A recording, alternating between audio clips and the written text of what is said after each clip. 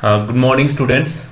सो आज का जो हमारा टॉपिक होगा HTML में वो होगा आई फ्रेम। ठीक है, ये बहुत इंपॉर्टेंट टैग है आप लोगों के लिए, आप लोगों के सिलेबस में है और ये बड़ी बार पेपर में पूछा जाता है 11th वालों के लिए भी और 12th वालों के लिए भी, दोनों के लिए बहुत इंपॉर्टेंट है। ठीक है, तो आज का हमारा टॉपिक है आई फ्रेम। तो आई फ्रेम करता क्या है, सबसे पहले हमें ये जानना पड़ेगा।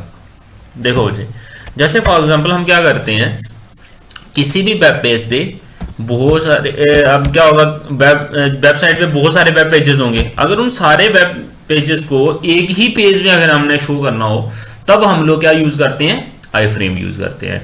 मतलब एक फ्रेम में जिस तरह से होता है ना, मान लो आपके पास 50 फोटो है और आपने एक बड़ी फोटो बनवा ली, उन सबको हर एक फोटो का अलग अलग फ्रेम बनाया और उनको क्या कर लिया, एक जिस तरह से हमारे घरों में फैमिली फोटोज होते हैं, तो हम लोग क्या करते हैं अपने ड्राइंग रूम्स में एक ऐसी फोटो लगाते हैं जिसमें हमारी बहुत सारी मेमोरीज होती हैं। फॉर एग्जांपल मान लो कि बचपन से लेके आज तक जितनी मेन इंसान के इवेंट्स होते हैं, जैसे किसी ने जब गाड़ी खरीदी या फिर किसी का बर्थडे था, तो घर में कोई फंक्शन था, तो हम क्या करते हैं सारी फोटोज को एक ही फोटो में फ्रेम कर लेते हैं, है ना। तो फिर उसी तरह से हम क्या करते हैं, अगर मल्टीपल वेब पेजेस हमारे पास हों और अगर उनको एक ही पेज पे मेरे को शो करवाना हो सारे के सारे को, तो हम लोग क्या यूज करते हैं, आई फ्रेम। ठीक है, हम टाइटल रखेंगे आपने इसका आई फ्रेम ही रखेंगे। ठीक है,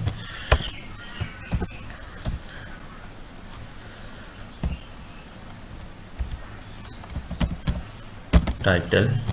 ठीक है, उसके बाद हम लोग देते हैं, आप लोग पहले इसको सेव करके यहाँ पे चेक कर लेते हैं।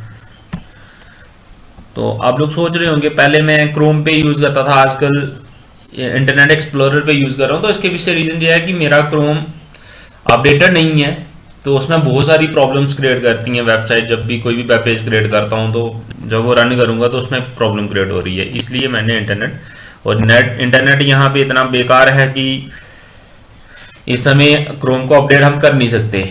ठीक है, तो इसीलिए मैं उसका अल्टरनेटिव यूज करता हूँ। आप मोजिला यूज कर सकते हो, क्रोम यूज कर सकते हो, इंटरनेट एक्सप्लोरर यूज कर सकते हो, ये तीनों एक्सप्लोर करेंगे आई फ्रेम के लिए। ठीक है,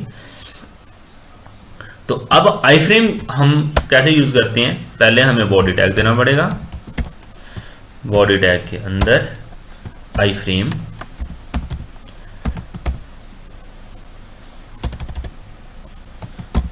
आई फ्रेम टैग जो है वो ओपनिंग टैग और क्लोजिंग टैग दोनों है। ठीक है, मतलब इसको ओपन किया अगर हम लोगों ने तो क्लोज भी करना पड़ेगा। ठीक है, तो हमने इसको क्लोज भी कर लिया। अब देखो इसके आगे सबसे पहले हमें क्या देना पड़ेगा, सोर्स।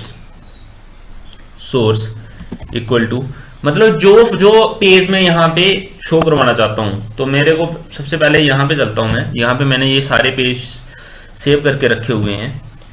आप लोगों ने भी जितने भी प्रोग्राम्स आपने जितनी वो की होगी, प्रैक्टिस की होगी, वो सारे करके रखे होंगे। जैसे मैं सबसे पहले लेता हूँ, जैसे ये कल वाला मार्क्यू। ठीक है, एक मार्क्यू ले लेता हूँ। तो मैं यहाँ पे आऊँगा, सबसे source equal to inverted comma में MARQUE। अब आप नाम लिखोगे इतना, लेकिन साथ में क्या लिखना पड़ेगा आपको, .html। ठीक है, इसको कर लिया आपने बंद, करो सेव। इसको चेक करते हैं कि क्या चेंजेस आती हैं, आती भी हैं या नहीं आती। ये देखो हमारा ये एक बॉक्स बन गया। मैं इसको आपको ये देखो मैक्सिमाइज करके दिखा रहा हूँ।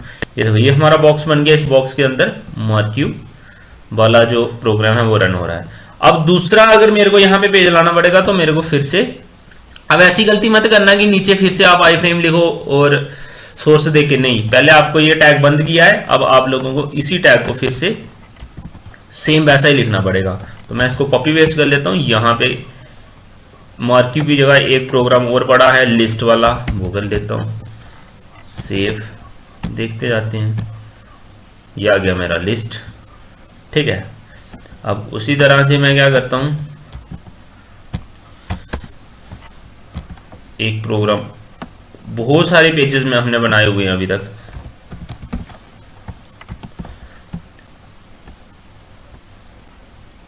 ये आ गया, हमने फॉर्म बनाया था जो।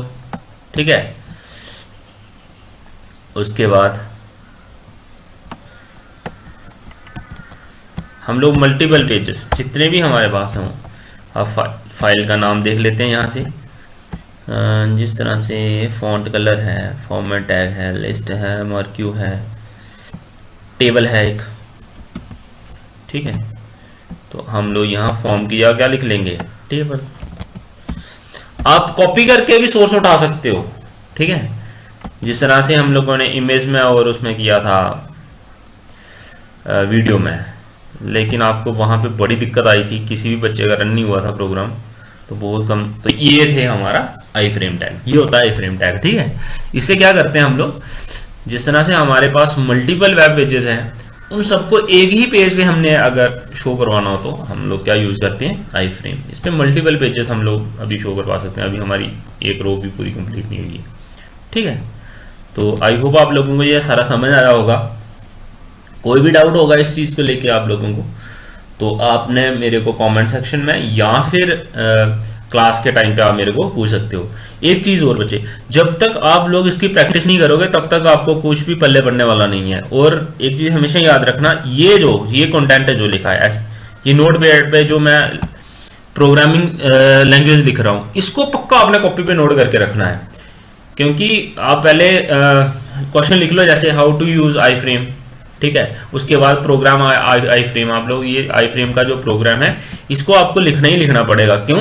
क्योंकि अगर आप लोगों को मैं गारंटी दे सकता हूं, जो आप लोगों ने पहला या दूसरा लेसन सीखा होगा, अगर आपने नहीं लिखा होगा, सिर्फ देखने से आप लोग भूल जाओगे, ठीक है। और जब आप लोगों को आगे फ्यूचर में जाके कहीं काम, जब इसको यूज करना पड़ेगा एग्जाम के टाइम पे या आगे भी, इसका बहुत सारे यूजेस हैं, किसी को सिखाना पड़ेगा, खुद करना पड़ेगा, तो आप लोग फिर से आप लोगों को देखना पड़ेगा, वो ये इसी वीडियो को ढूंढना पड़ेगा, और वीडियो अगर नहीं मिली तो फिर पंगा पड़ जाएगा, ठीक है। तो आप लोगों को क्या करना है, इन प्रोग्राम्स को अपनी नोटबुक पे पक्का आपको नोट करना है। मैंने देखा बहुत सारे बच्चों ने नहीं किया हुआ है, तो ये चीज़ें बहुत ज़रूरी हैं, इनको नोट डाउन करना बहुत इंपॉर्टेंट होता है, ठीक है। तो ये था हमारा आज का टॉपिक। आई होप आप लोगों को सबको अंडरस्टैंड हुआ होगा। Thank you students, have a nice day.